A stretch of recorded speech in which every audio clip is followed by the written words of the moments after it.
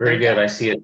Okay, I see the blink there. Yeah, so everybody should have received the minutes from last month's meeting from Hope in their inbox last Friday. Hopefully you've had a chance to review those. They're up on the screen now.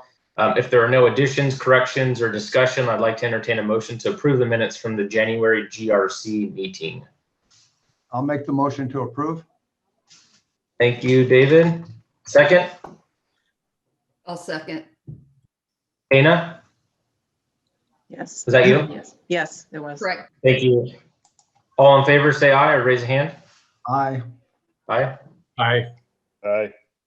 Great. Anyone opposed? Hearing none, seeing none.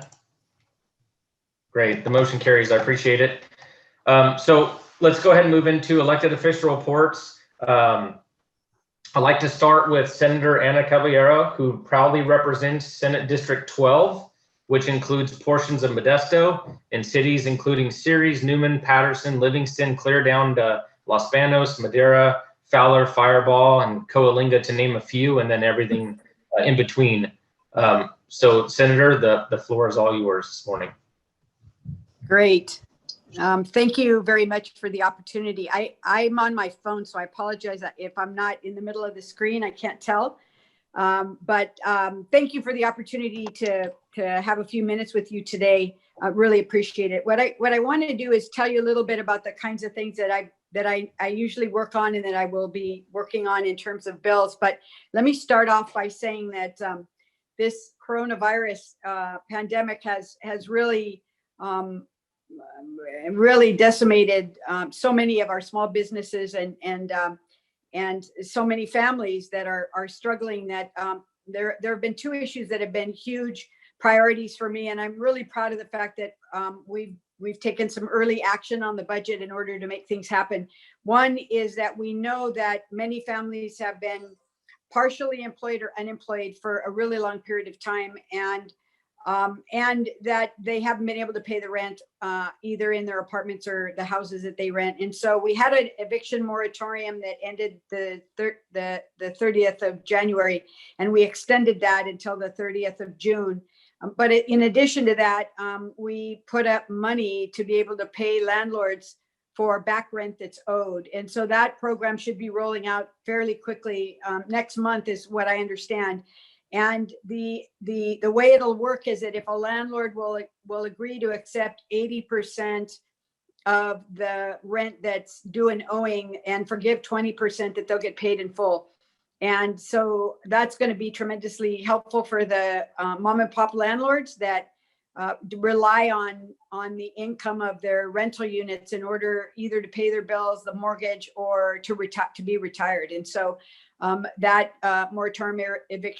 eviction moratorium continues, but there are resources to help make sure that tenants don't have a debt crushing responsibility when this is all over with. If you had a hard time paying the rent right now, chances are once you start working again, it's going to take you a long time to get back on your feet again. And we don't want to see people homeless because of this pandemic. And so that's the construct, was to be able to help both landlords and tenant. The other bill that I've been working really hard on, and I'm really proud to say that I am the author, one of the authors of SB 87, which is a small business support. The governor put together a small $560 million support program for small businesses a couple of months ago. And we've been working with the governor's office since then to add money to it and to make sure that we're including nonprofits that have been the support system for families during this pandemic, and for cultural institutions, which are the art galleries and the art galleries, museums, and dance studios. What do you call it performing arts programs. There's $50 million to help them as well. So this particular bill, we passed the assembly on Thursday, and we expect to take it up on Monday, it'll provide $2.1 billion in grants for small businesses, up to $25,000 to help them to overcome the economic challenges because of the coronavirus. Real important assistance. Part of that also was assistance for the poorest of the poor, supports for food bank, supports for, along with food bank, a diaper bank, so that families with very young children have access to some help during this tough time.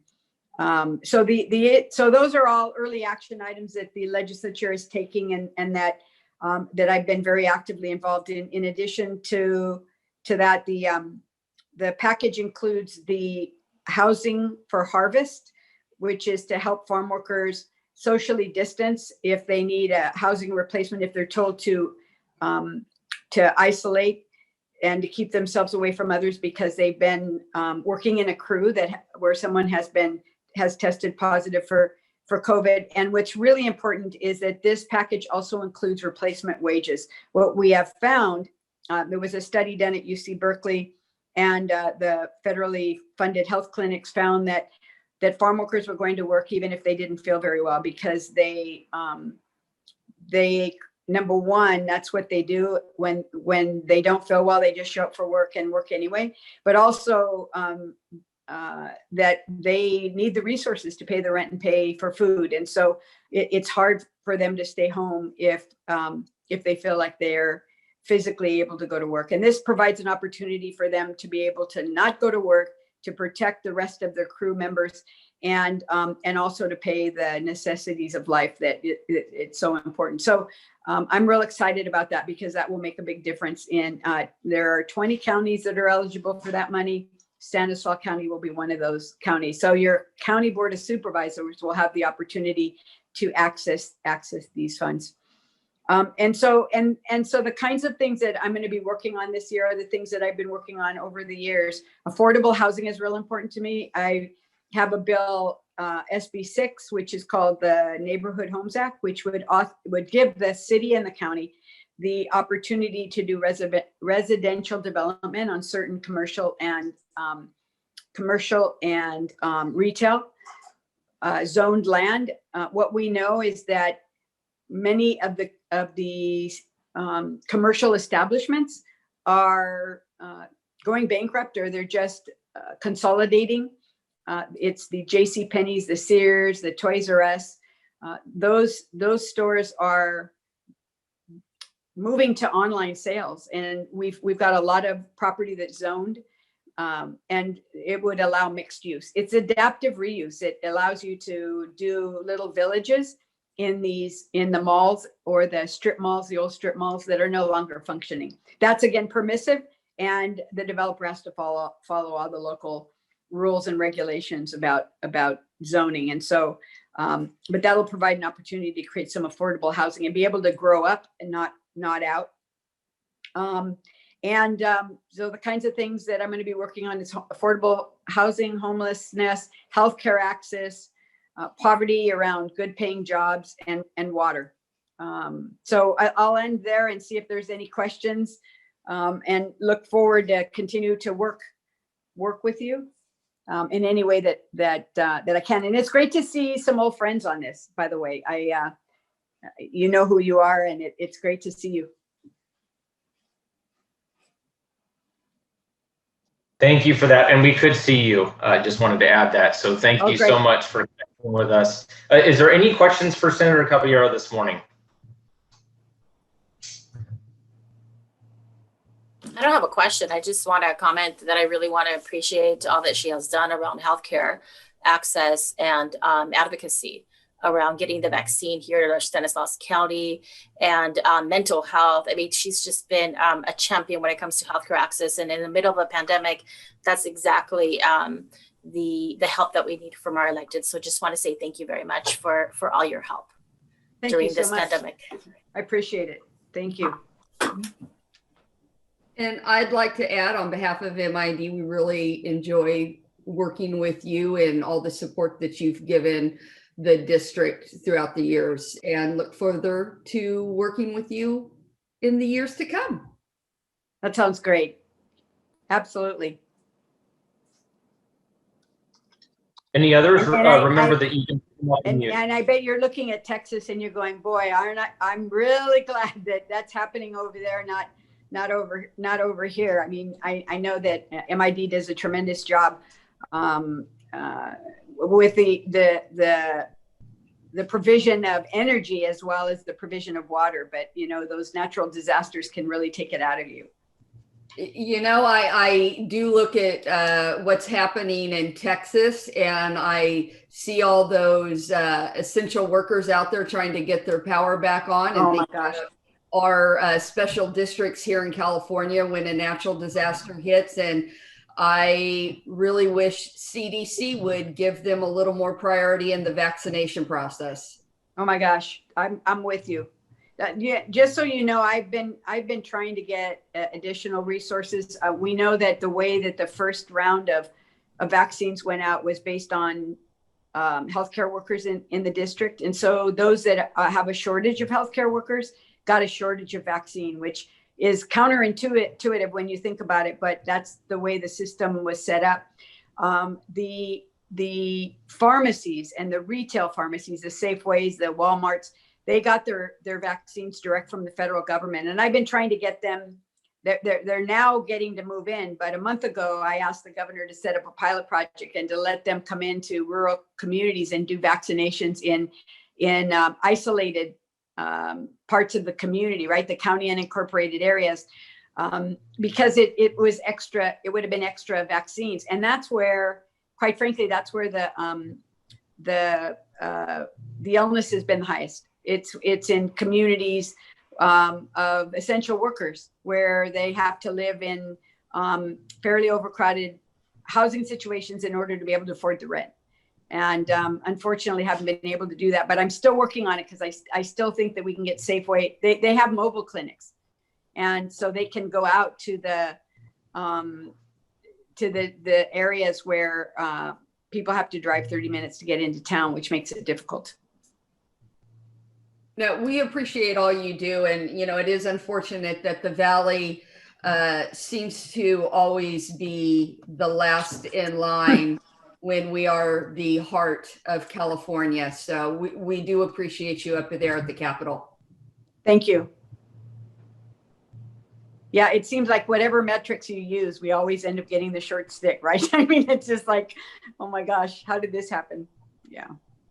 I'm happy to say, though, that with President Biden's new program to federally qualified health centers, he basically, I think he announced it last week, there's 250 federal qualified health centers in the United States that was going to be part of this process. And I'm happy to say that Golden Valley Health Centers is in that number. We were having conversations with them this week, and it seems like we're going to be getting them directly from the federal government in 2 weeks. So it's, hope is on the way, especially in the rural areas and with the most underserved and just like Dana mentioned, the essential workers. So we're really excited. That's great. See, I think part of the challenge is getting the message out. And what was disappointing to me was to move into the 65 or older category without first finishing the essential worker categories that had been identified in the tiered system. And what that did is it fueled a rush, right? Everybody thought, I'm eligible now, so I want my vaccine, and there wasn't enough. So I think getting out there and saying, I've been telling everybody, patience, it's coming. It's coming. It'll be okay.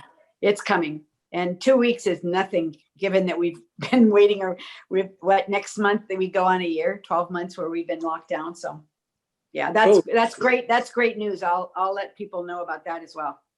So if you were 65 or older, you'd be glad that you got the vaccine. Thank you.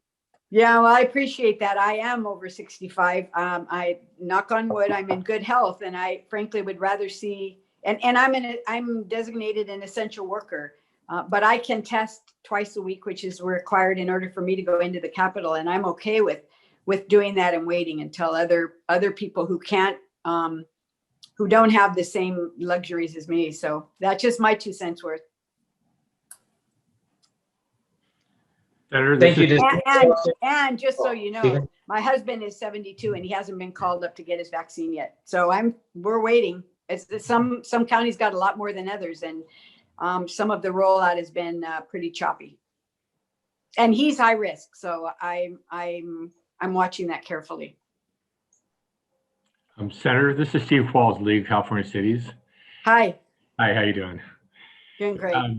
We just want to thank you very much for your work on affordable housing, and we look very much forward to working with you on bills such as SB 10 and the other bills that you've introduced, because we obviously realize that there's a major need for affordable housing in the state, and it's major, obviously, a major cause of homelessness. Excuse me. So, we, as the legislative year moves forward, we look much forward to working with you. That sounds great. Thank you for that. Thank you. Appreciate it.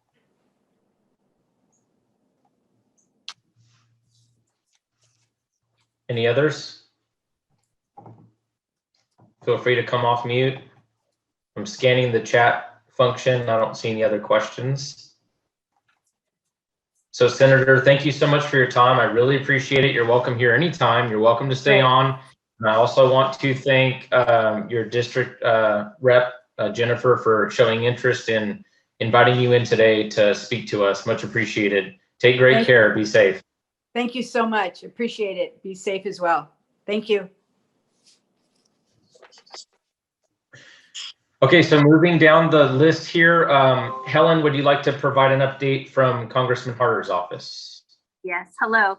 Rep. Harder, this term is going to be serving on the Agriculture and the Appropriation Committees. Rep. Harder is pushing the U.S. Economic Development Agency to support the Crow's Landing project. I don't know if you've seen those press releases go out,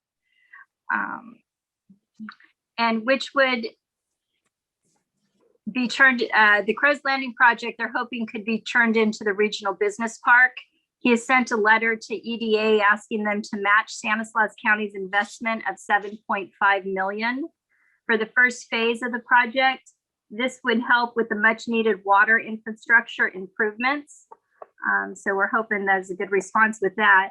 As you may recall, Rep. Harder successfully pushed the EDA to approve a grant request of nearly $1 million. The largest investment by the organization to Stanislaus County in history. That was to support the Volt Institute in Modesto. So hopefully we'll have another good outcome with that. Rep. Harder is also in the district this week. He will be hosting a drive-through office hours this Saturday at 2:30 in Modesto. If anyone would like to participate in that, please call the office so we can schedule an appointment. It is by appointment only, but it's a good way to reach the constituents. And again, it is a one-on-one meeting with him. So our office number is 209-579-5458 if anyone would like to schedule any of those appointments. Any questions, comments, or concerns that I could relay to the congressman? All right, thank you for your time. Thank you, Helen. We'll move on to Assemblyman Adam Gray's office. I didn't see Lisa on. How about Assemblyman Heath Flora's office? Didn't notice Cooper, Jason, Brandy. City council members? Councilman Wright, anything? I will let Thomas speak for us. Okay. Any county supervisors, and we'll get back to the city in a moment. Don't see any on. Okay, City Modesto staff, Thomas or Jalen? Well, thanks, Michael, and thanks, council member. Just a quick thank you while she's on. The congressman was at our vaccination pod over at the Modesto Center Plaza this morning and checked things out over there. For those of you who haven't seen it, it's a pretty monumental and Herculean effort to have this massive vaccination clinic over at across the street over at the Modesto Center Plaza. It's a great partnership between the city and county. And our firefighters and police officers are over there making sure everything is copacetic, and it's going very well. And we're giving out as many vaccines as we can get. So keep them coming, state and federal representatives. But other than that, I don't really have anything to report for you today, Michael, for the GRC. So I'm good. Thanks. Thank you, Thomas. Any questions for Mr. Reeves? Hi, this is Steve Qualls. I just want to make a comment. I just want to say my wife is an essential worker and she got her first and second shots there. I want to tell you, it ran smoothly. They're doing a really good job over there. That's good to hear. Thanks, Stephen. Great. Amy, if you're still on, would you like to give an update from the county's office? Yeah, I don't have any specific update for today, but I did want to echo Thomas's sentiments that we appreciate the the visit from Congressman Harder and his team this morning at the downtown Modesto point of distribution. And it is nice to see a partnership like that come together and work so smoothly. I know when the county first opened our distribution vaccination clinic on Scenic Avenue, it was a little bit clunky. So it's nice to see things get more organized and more streamlined as time passes, especially now that we're getting ready to open up eligibility to farm and ag workers, teachers and educators, and a much broader segment of the population. So thankful to Representative Harder for his visit, thankful for the partnership with the city and the volunteers who came from Stan State Nursing Program to actually distribute the shots, and thankful for Senator Caballero and the work that she's doing to advocate for our area too. So appreciate being here today and keep up the good work, everybody. Thank you. Any questions for Amy? Hearing none, we'll move on to Dana with MID. If you'd like to provide an update. I have no update. Very good. I don't see anybody on with AT&T or Comcast. Does anybody have any questions for Dana before we move on to Stephen Qualls with the League of California Cities? Okay, Stephen. And it looks like or we're waiting for your sheet to be put up on the board here.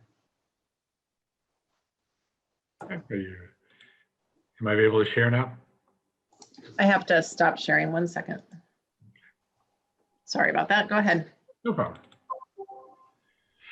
Okay, hello everybody again. Good to see you, even if it's only virtual. My main topic right now is you may have heard the House is considering a COVID relief bill.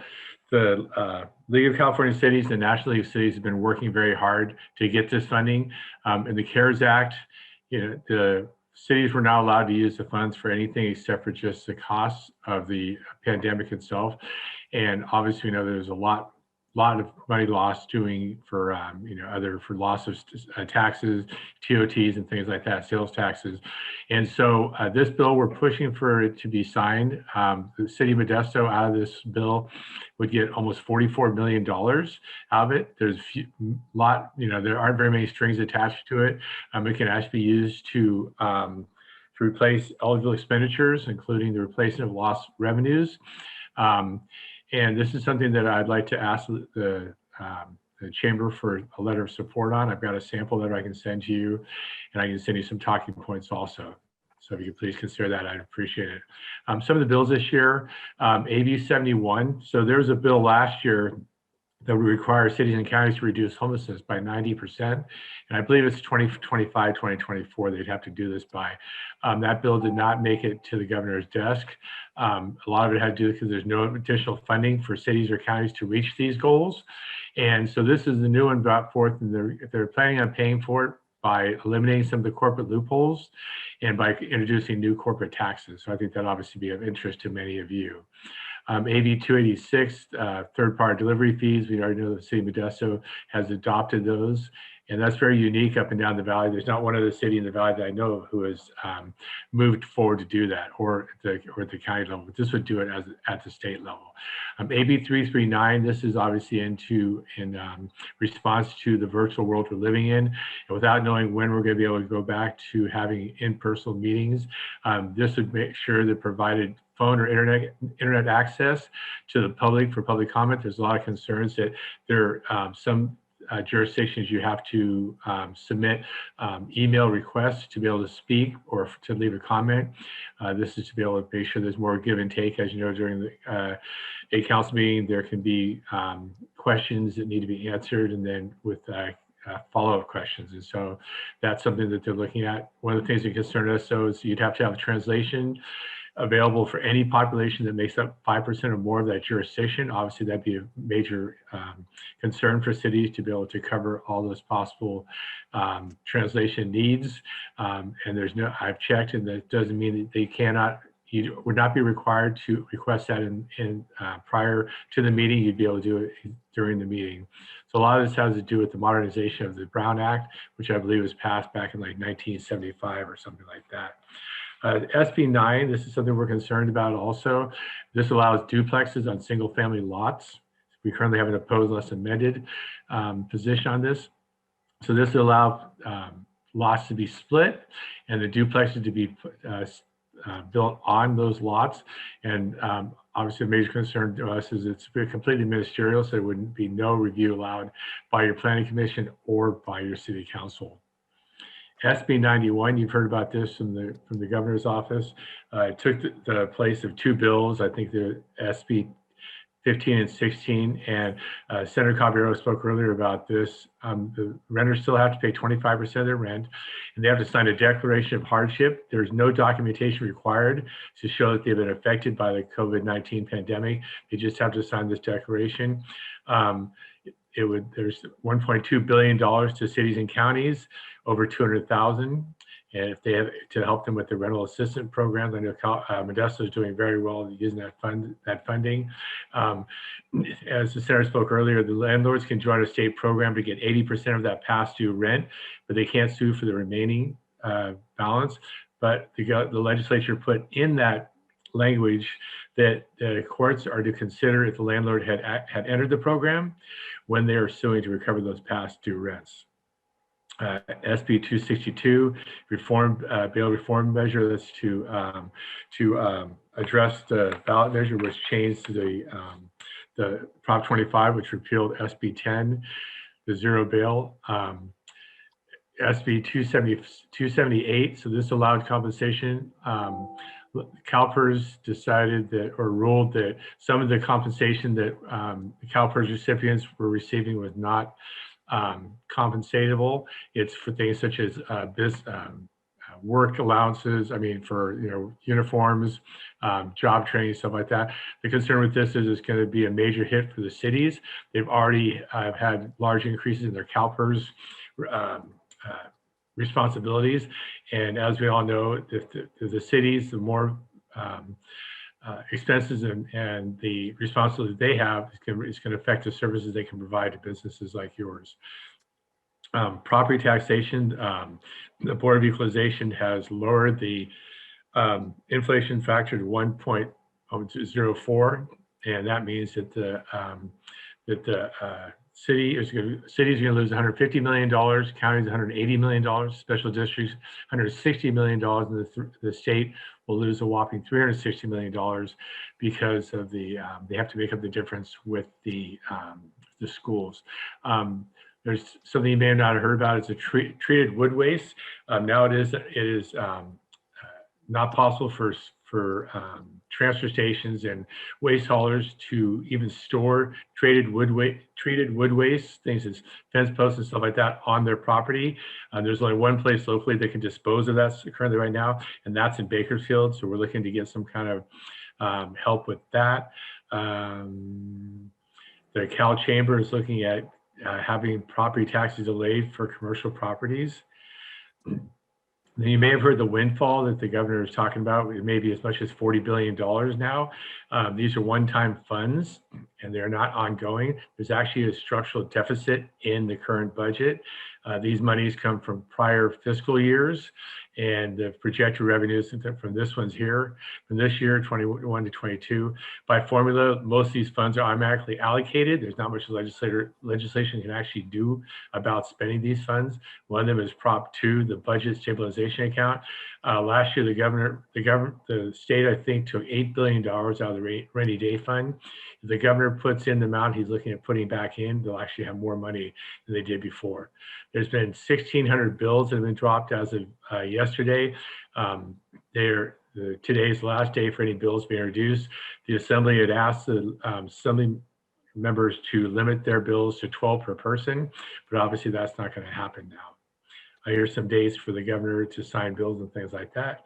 And AB 54, what this would do, it would say, because we know a lot of our businesses have been threatened or were being threatened, like ABC, by staying open, and they were threatening to take away their alcohol licenses. This would prohibit them from doing so unless they can show that it actually results in the transmission of COVID-19. And that's the end of my report. I want to thank you very much, and I'm here to answer your questions that you may have. Thanks, Stephen. Any questions?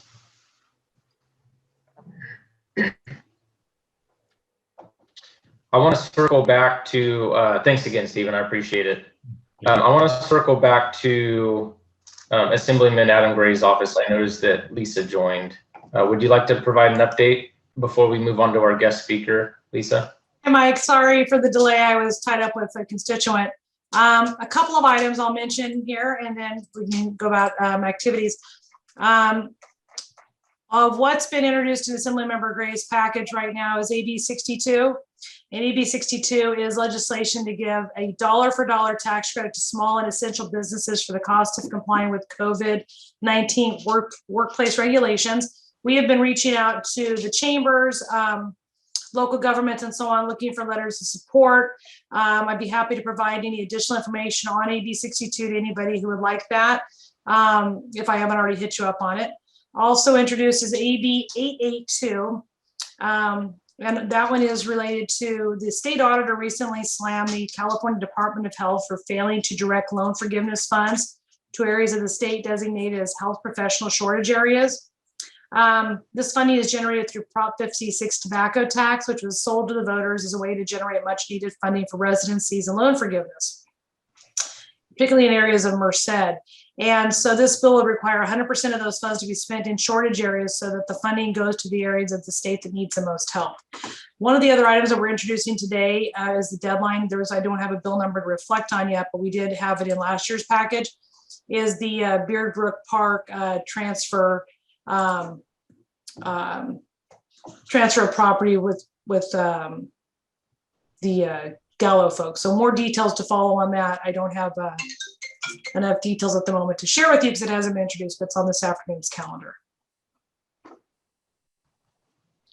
And I think that's pretty much, we are dealing ADD cases 24/7, as you can tell by our phone traffic and the amount of people that are calling our office, like I'm sure the legislative offices as well. Thank you, Lisa. Any questions? Amy again, can you hear me? Yes. Okay, just want to thank Lisa for being here to talk about that. And again, to Assemblymember Gray for the good work he's doing in our region. We put out a letter of support for AB 62 and we're thankful for that work. We know it's been really tough on business and we're hopeful that it does well. So thank you for that, Lisa. Thank you very much. Stanislaus County has been a leader in helping with being on top of these projects. And Lisa, send us what you have. If we can help out, we'll take a look. Same to you, Stephen. Thank you, Mike. Thank you, everybody. Yep. Okay, so without further ado, I'd like to introduce today's guest speaker, who is the Director of Stanislaus County Health Services Agency, Marianne Lilly. And I apologize because on the agenda, we had written Marianne Lee. I'm not sure where we got that from, but please accept our apologies. Marianne, no problem. Yeah, I apologize for that. So Marianne is here to talk to us a little bit about Stanislaus County's COVID-19 vaccination plan and the progress that they've made to date. I know that Thomas had touched on what we're doing here in Modesto, but Marianne's really here to give us a good idea of the big picture, and that's what's really important, as this is continues to be a hot topic. So Marianne, go ahead and take it away. Okay, thank you. Thanks for having me. I'm glad to share kind of the current status of where we are. I have some slides. Would I be able to share my screen? If not, I can just speak. But if it's possible, could I? Absolutely, go right ahead. Okay. It should let you go right on there. Let's see.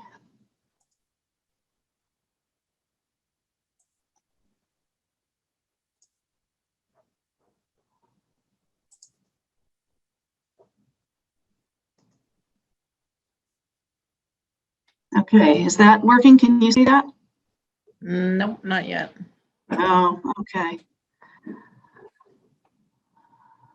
All right, maybe that's not going to work because I can see it, but it's not coming up. Is it giving you the option?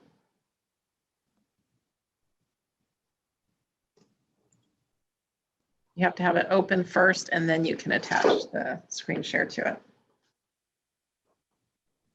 I wonder if I have to remove your spotlight. Let me try that. See if that works. I'm sorry.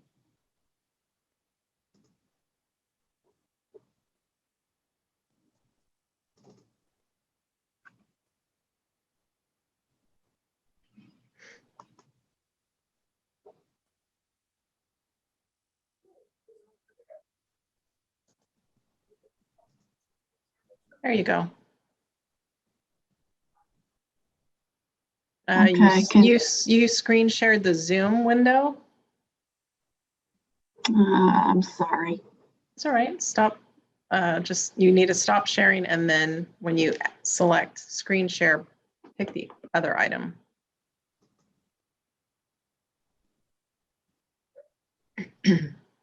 Share screen. All I'm getting is share, so I think I'm not doing this right. I'm sorry. Why don't I just talk? Because I don't want to take any more of the time trying to get that figured out. So why don't I just I'll just present some information to you. Is that okay? Sure. Okay. If I may, if there's valuable information and you're able to quickly email it to Trish, she can pop it on here. Okay. Let me try to do that.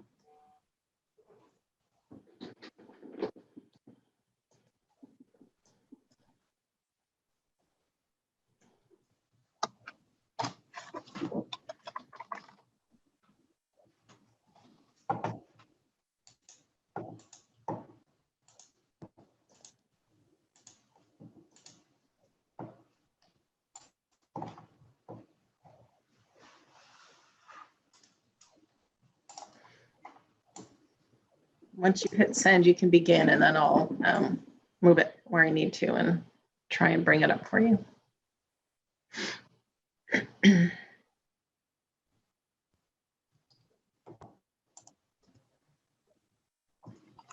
Trish, can you give me your email address? I'm sorry. T. Christensen, CHRISTENSEN @modchamber.org.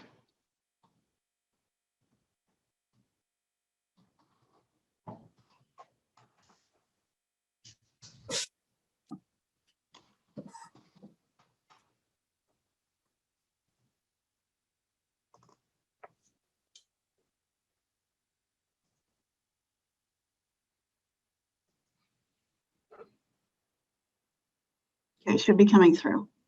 Okay. Feel free to begin. I'll catch up with you. Okay. All right. Well, what I was going to do was just start by giving you just some context about where we are.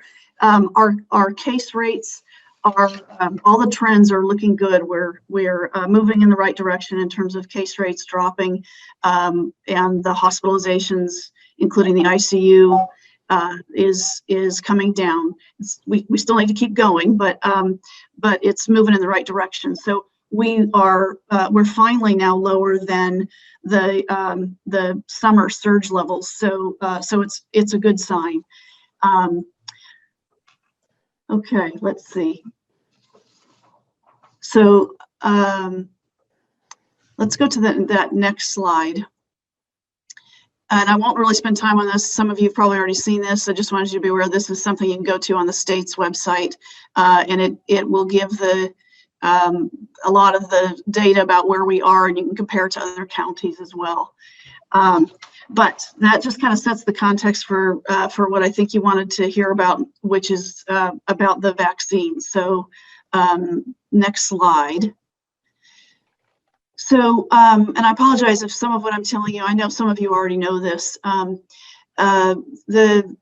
terms of the vaccination plan, of course, this is a national issue, and we don't certainly don't control all of this. So as of right now, the FDA has granted the emergency use authorization for 2 different vaccines, the Pfizer vaccine and the Moderna vaccine, both of which are 2-dose series. And then we understand that next week the Johnson & Johnson will be under review. So perhaps we'll have a third available before too long. Next slide, please. So in terms of how the allocations and how it really works, the federal government allocates what is available, and they allocate to select pharmacies. That started early on to reach the congregate living, the skilled nursing facilities and the assisted living facilities, residents and staff, because that's a high risk population and responsible for a lot of the hospitalizations and unfortunately deaths. What Yamilet already shared, the new program where the federal government is allocating to, as I understand, one federally qualified health center in many regions. And that is Golden Valley Health Centers here. And then the state allocates, or I'm sorry, the federal government allocates to the states and recommends through CDC the prioritization, but it really is left to the state governments to determine exactly how the allocation gets prioritized.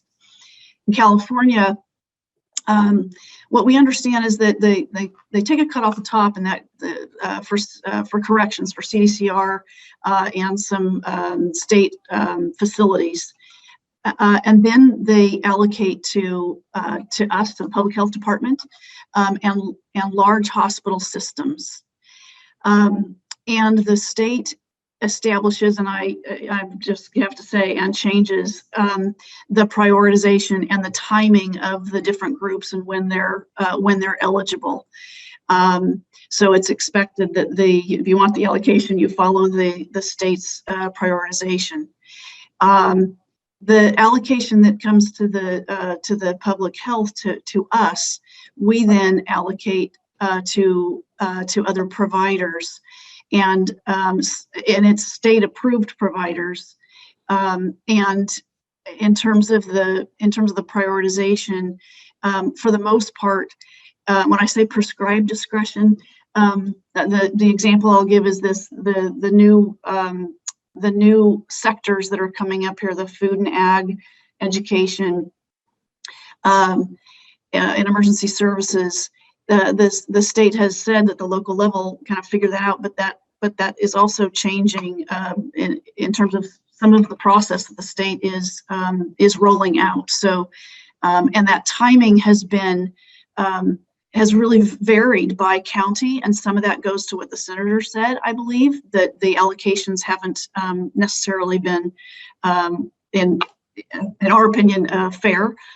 Since the allocations have started, and some have been able to reach further into their populations, their prioritization, than other counties have. Okay, next slide. So, and a little bit of this has already been shared too. So, we have built and I say, that's not just the county, the city of Modesto, working with hospitals, looking with the local healthcare community, FQHCs like Golden Valley, local pharmacies. We have really built a really good, I'm going to say pretty thorough network of vaccinators, of vaccination sites. At a minimum, we estimate that we have the capability of vaccinating probably 40 to 50,000 a week in what has already been established, but our vaccine supply, it falls so far short of that. So we're ready and want to be vaccinating more than we're able because of the supply. So right now we have the mass vaccination sites, the Modesto Center Plaza, the Stan State, and then senior centers in Oakdale and Patterson. We also started some mobile clinics. We did one kind of piloted at first at King Kennedy there in West Modesto. And next week we have planned for Riverbank and Newman, trying to make sure that we're getting out, to reaching as much of the community as possible. Okay, I can go to the next slide. So, so I mentioned this. The state really determines who's eligible. So it started out with the healthcare workers, and then was expanded to individuals 65 and older, and is now expanding to the sectors that you see: food and ag, education, childcare, and emergency services.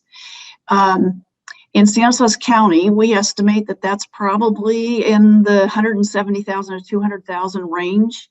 And that doesn't mean that the take-up rate will be 100%. So it's not necessarily those numbers, but this is a pretty big segment of our total county population, and it's going to take a while to get through, especially at the volume of vaccines that are available so far.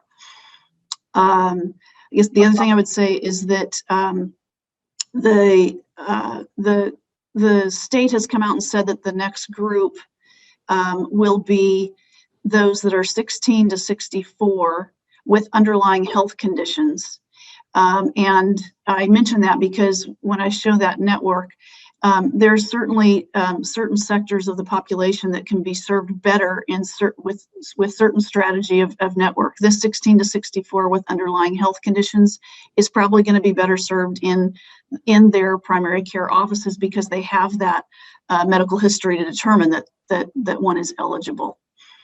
But that doesn't start until as of right now, the state has said March 15th. But there again, boy, we really need the vaccine supply to increase to be able to really truly be vaccinating these groups. The other thing I would say too, because I know there's just listening to the conversation about essential workers, there is no bad arm. That's sort of our philosophy. There is no bad arm, but there are some that are probably better than others. And in terms of having limited vaccine and making a dent that is deliberately trying to mitigate this pandemic. So certainly we need to make sure that our healthcare system is stood up, is there and stable for us. And that's why both CDC and CDPH wanted the healthcare workers in that first category. The 65 and older represent the lion's share of the hospitalizations and death.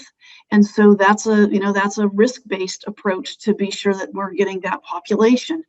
The next sectors coming up are both about risk. We saw a lot of our spring and summer surge had to do with some of the population demographics, the components, the farm workers, those that are working in industry where just by nature of the work, it's hard to socially distance, hard to have physical distance. There's more risk of transmission. So education, childcare certainly is about getting schools reopened and getting kids in school and keeping them open once, and that's important too. We want to make sure that we keep them open. And emergency services is about ensuring that we can continue doing everything that we're doing, and that we have appropriate law enforcement and whatnot. Okay, next slide. Hold on, working on it. Okay, all right. Thank you for doing this for me. I'm sorry that I wasn't able to do it myself. No problem. Okay, so this is something I took yesterday from the state website, just so you know that they have recently, and they keep I'm going to say perfecting it. They keep adding components to it as data is becoming more and more available now. So you can see there that about 75,000 is the data the state shows as to the number that have been vaccinated in our county. We can't always see all of that in the data that we have because of those allocations I described that go in. They don't necessarily come through us, so we don't have and hopefully that's going to change, but we don't have all the same access to data that the state does. Okay, I'll go to the, and just know you can go to that and then you can compare, and you can go into the different counties if you wanted to look at other information as well. Okay, all right, so this I took off of our website, and you just saw that 73,000 number. Those allocated through us, it stands at about 55,000. You can see how it's been allocated between other healthcare providers, pharmacies, and whatnot in our area, and what has been allocated through our public health clinics. And it doesn't include that which went to the skilled nursing facilities through that pharmacy project. So it only includes what was allocated through the local health department. Okay. Okay, so this is also from the state website, just to give you a sense of those that have been vaccinated in our county, how that breaks down. The one thing to keep in mind is because of this isn't just anyone, from day one, it's planned in these sectors. That's going to impact certainly where some of this falls out, and most particular the beginning with it being healthcare workers. You probably wouldn't have seen as many 65 and over. So as time goes on, we should see this more closely reflecting our population.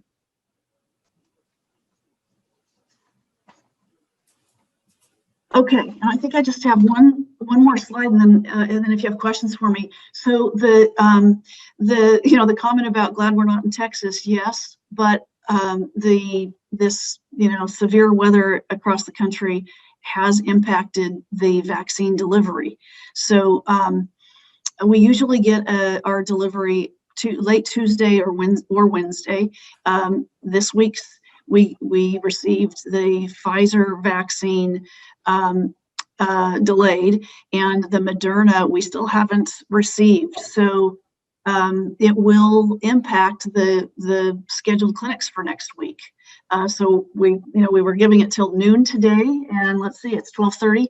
We were going to start messaging this out. We're not canceling next week's clinics, but we're going to be postponing based on when we actually get the vaccine and then can get going again. So that's just unfortunate. We kind of have a joke here in the EOC that whenever we're giving information, the disclaimers that it's subject to change and sort of subject to change until the next press conference. So oftentimes you're hearing things about the same time we are, and we don't always know.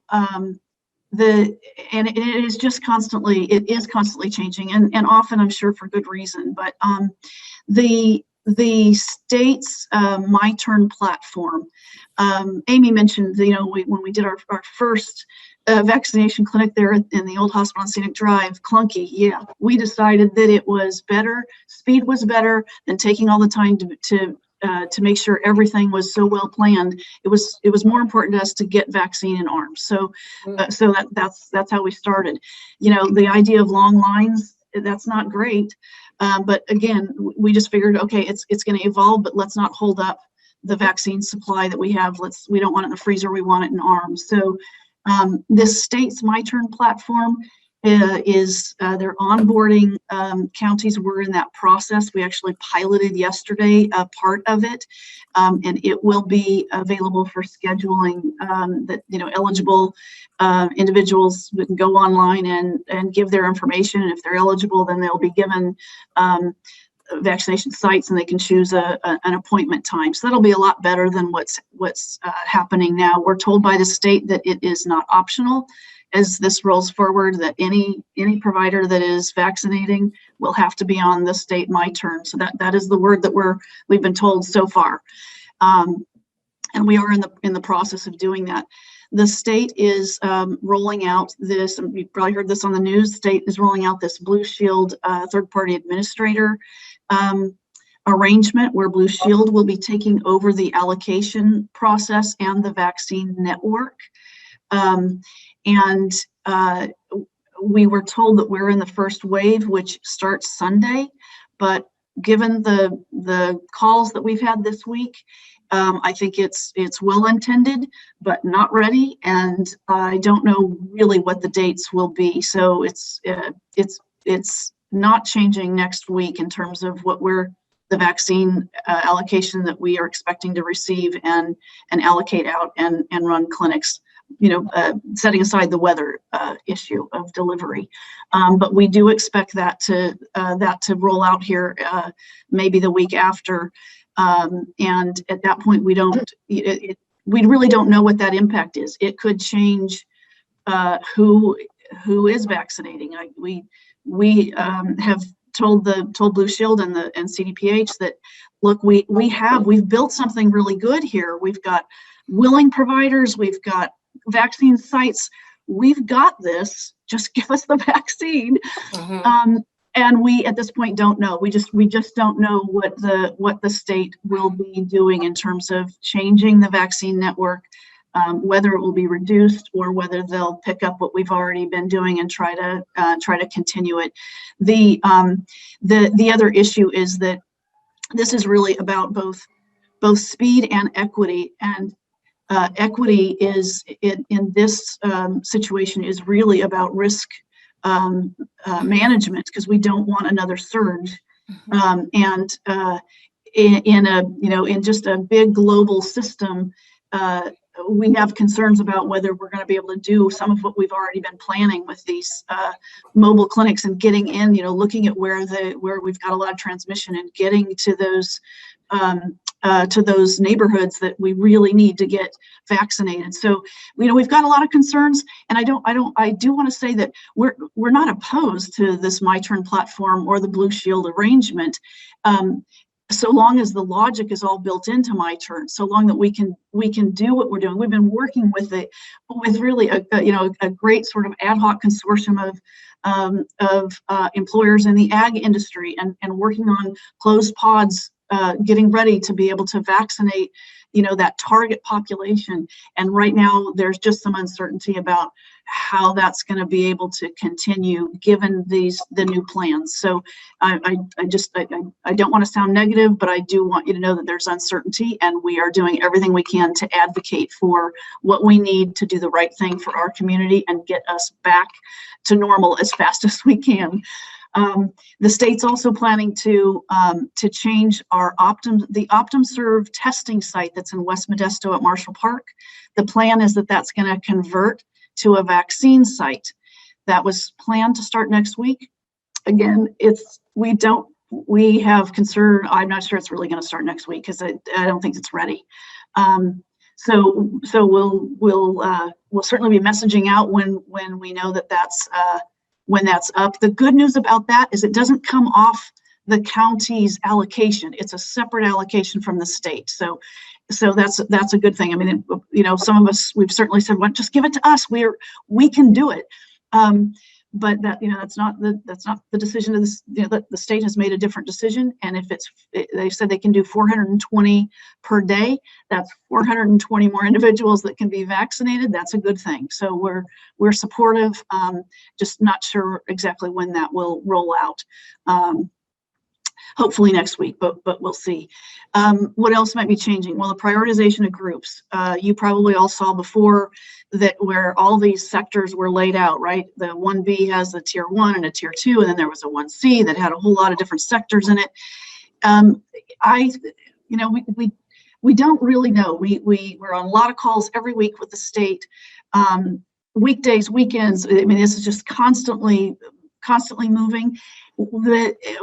It sounds like they're probably going to move to an age-based and not continue on with what we had seen earlier in that 1B tier 2 and the 1C, but I can't tell you that for sure. You'll probably find out when we find out. So we just expect that there's probably going to be some changes. And the reality to that, and this is my opinion, it's really difficult to figure out how to actually vaccinate by sector like that. that whole eligibility is really, it's difficult. Age is it's a more simple, straightforward way to go. And if we get past the highest risk individuals, maybe that is the best way to do it. But it does go to that earlier conversation about essential workers. I'm not sure that what the state has said is essential workers for the purpose of critical infrastructure, and that the stay at home is for a different purpose, and that with regard to vaccine allocation and the priority groups, it's not necessarily following that same essential service that was laid out for the other purpose. So we'll wait and see. And I put other because we don't know. We just, we don't know what else may be changing. And I'm happy to, to keep you informed as best as we know the information. I'll stop there. And if you have questions, I'm happy to try to answer them. So yeah, so let's try to be mindful about everyone trying to speak. If you can raise a hand, Cecil, I clearly see your hand. Let's start with you. And then I just dropped the message in the chat box. Please leverage chat if you have a question. But Cecil, go ahead. And then I'm gonna scan through the audience for a hand raise, and I'll scan the chat box as well. So go ahead, Cecil. So Marianne, what I want to tell you, I'm one of the older folks, and I've had both shots. And I want to tell you that I think the county has done a fantastic job. I was probably one of the first in line at the old hospital. I had to wait an hour and a half or so. And then my second shot was at Center Plaza, went very, very smooth. I mean, everyone was very patient. The people that you are employing to do this, both of those facilities were fantastic. In my opinion, if the state would just stay the hell out of this and let you guys do what you're doing a fantastic job. There isn't anyone that I've spoken to that's either had the same experience that I have, meaning that they've had shots, first shot, second shot, and that. So anyway, I just want to compliment the county and how they've done this. And I would advocate to tell the state to stay the hell out of your business and that. So that's number one. Number two, the question that I have is I go on every morning and I look at what the Modesto Bee pops up. And what's puzzling to me is we have about 500,000 people in the county. And it says that 450 some as of this morning have been tested, and about 45,000 have tested positive, okay? And so I'm saying, well, wait a minute, we that almost means we've tested almost everybody in the county at least once, but people must be testing 2 and 3 and 4 times. That's confusing. I can answer that. So the way the testing is counted, you can only test positive once, but you can test negative multiple times. And if you think about it, you could have been in a gathering and you think you were exposed, you go get tested, great, got negative, a couple of weeks pass, you might have another encounter, or you might have learned that somebody that you work with was, had a positive test, you go back again. You can have a negative test multiple times. You're only counted once with a positive test. Second question to that is, it said, let's say, and you know the numbers better than I, but if 45,000 people have tested positive, and then it says 43,000 are anticipated that they've recovered, 900 deaths. What's the math doesn't add up to 100%. What's the other? The in between? You understand my question? If it's 45,000 tested positive, 1,900 have passed away, 43,000 are presumed recovered. What's happened to the rest of them? Well, I think it'll help if I just explain that recovered, the definition of recovered, it's a little squishy, because what it is that if you recovered, you're not in the dead category, you recovered, then it's assumed that I'd have to go back and check whether I think it's 14 days. after the onset of symptoms, or if asymptomatic, a positive test after 14 days. It's I probably should just double check what that date is. It's assumed that you're recovered. So that population is really only based on positive tests. Mm. Does that Okay. answer your question? Well, sort of, and it's probably a lag time too. But again, I just want to thank you very much. I happen to be in that older group, like I said. I have a few underlying conditions. Most of the people that know me, I'm a little bit heavier than I should be. But anyway, thank you very much, and pass that on. Thank you, Cecil. Thank you. Councilman Wright, I see you up. Maybe you came off mute, or do you have a question? No, no question. Okay. I did scan the chat box. John Valines asked if we can send out a copy of the slide deck. If it's okay with you, Marianne, can we share it? If so, Trish will send it. You know, my only caveat is that I cannot underscore enough that everything's subject to change. So it's, you know, the information, I have no trouble with you sharing it, but it'll be outdated 5 minutes from now. It probably already is. I understand that the governor had a press conference at 10. So. It's not one we'll post. Understood. But if anyone wants it, I'm happy to share it with them. Let me know that you want it. I'll email it to you, but I won't post this anywhere. We won't share it outwardly. Can I ask a technical question? You made a reference to 16 and up. Is there an age that is too young to be vaccinated based on what's out right now? Yes. The emergency use authorizations were based on the trials that took place, and they didn't test under 16. One, and I right now I can't remember which is which. The Pfizer and the Moderna. One included 16 and 17, and one was 18 and over. So the vaccination is not authorized at this point. It's not authorized under that 16 because it wasn't part of the trials.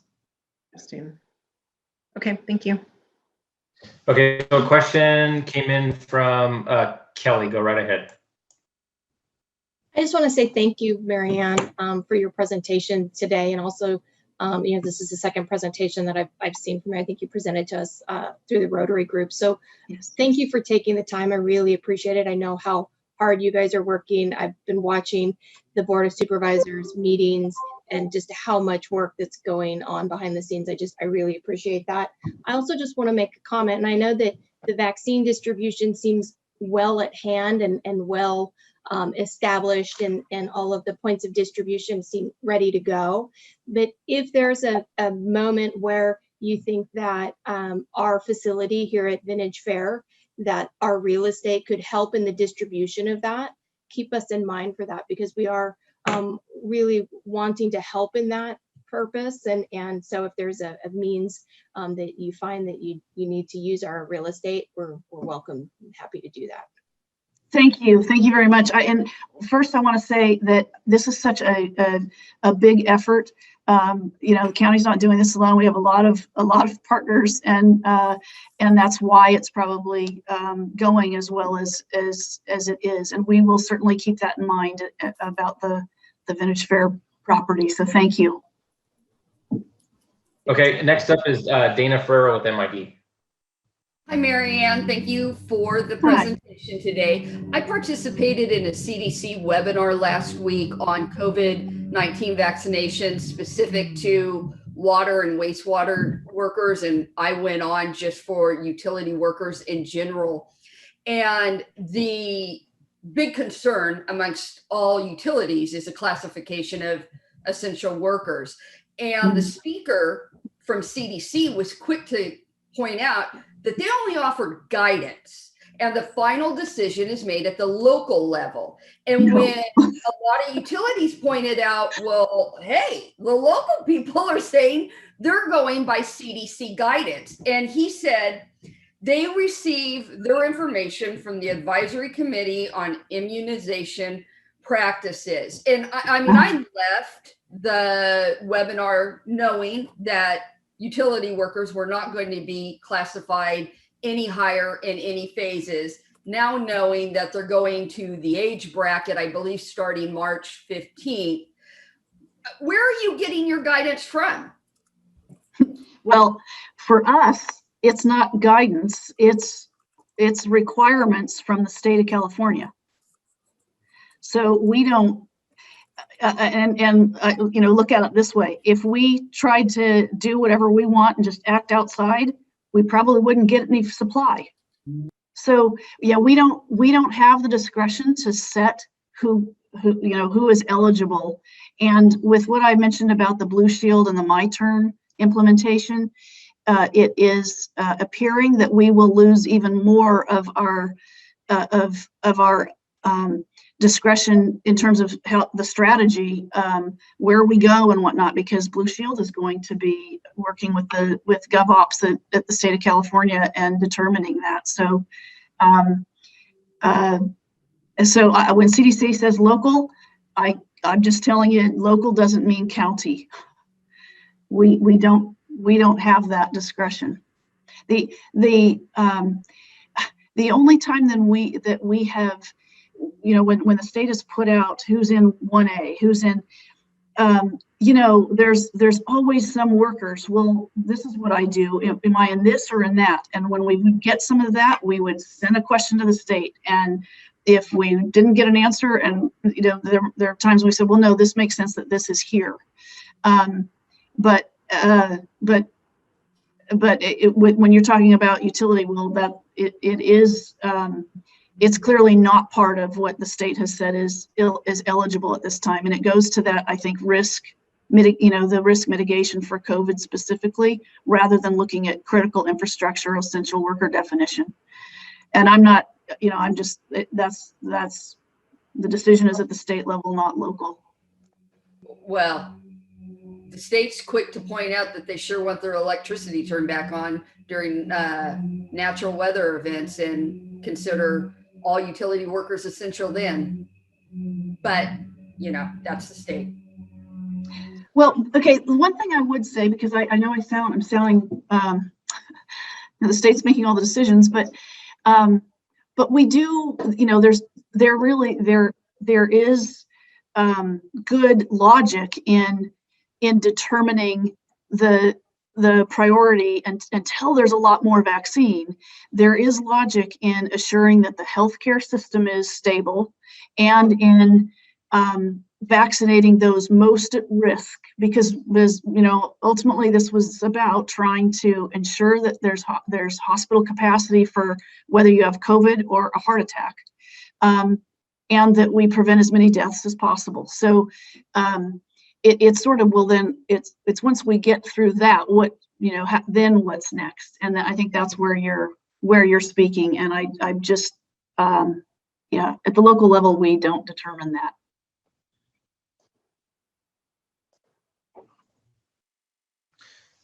So I will add that Yamalet with Golden Valley Health Centers typed something in the chat box. I think she dropped off, but she said Pfizer 16 years and over, Moderna 18 years and over. I don't know if you want to bet. Thank you. Thank you. I'm back. I'm driving somewhere, so I just went ahead and I'm connected via my mobile so I could hear you guys in case there's questions in regards to healthcare, the vaccine that we're doing as well. Thank you. Can I give a shout out too for Golden Valley, because I mentioned that the mobile clinics next week that we've arranged for Riverbank and Newman, that's in partnership with Golden Valley Health Centers, helping to make that possible. So good partners. It's our absolute pleasure. Yeah, it's our absolute pleasure. Equitable distribution is definitely critical, and I work with 3 different counties, and I can definitely say that Stanislaus County is leading the way in the equitable distribution, the overall distribution of the vaccine, making it accessible in so many different avenues, whether it's a walk-in clinic, whether it's an appointment with your provider or pharmacies. So you know, you're doing a fantastic job. Thank you for everything that you're doing. Thank you. Big team here. Any last minute questions? Not seeing anything in the chat box. Scan the audience. Okay. Any final comments, Marianne? I really appreciate your time. Thank you for having me. Was pleased to have the opportunity to share the information. Great. And last minute shout out to Amy. She's the one who really worked hard to put this together. I think she dropped off, but please pass on our appreciation to her as well for scheduling this. It's timely, and it probably was overdue for our members to hear from you. This has been going on a long time. We're looking at a year in basically a month from today. I remember the guidance was go home for 2 weeks and everything's going to be okay. And I try to stay positive that it's not going to go on too much longer than maybe this summer or the end of summer, but I have a feeling that the lag may be much longer than that. So Trish, do you have any closing comments before we adjourn? Nope, I was just monitoring here, waiting to stop recording when we wrap up. Really happy to have so many people participate today. We have some great things going on constantly. You can look forward to Rising Professionals next week, as well as our Women in Business Network is connecting next week. We have several things that we're in the works I'm pulling together right now. Member awards and chamber anniversaries will be announced soon. We're kind of getting our head around the concept of doing that very new and unique this year. So keep monitoring our website. Let me know if you're not getting our e-blast, because we're sharing constantly. So very happy to have you all today. Thank you. Excellent. Thanks, Trish. If there's no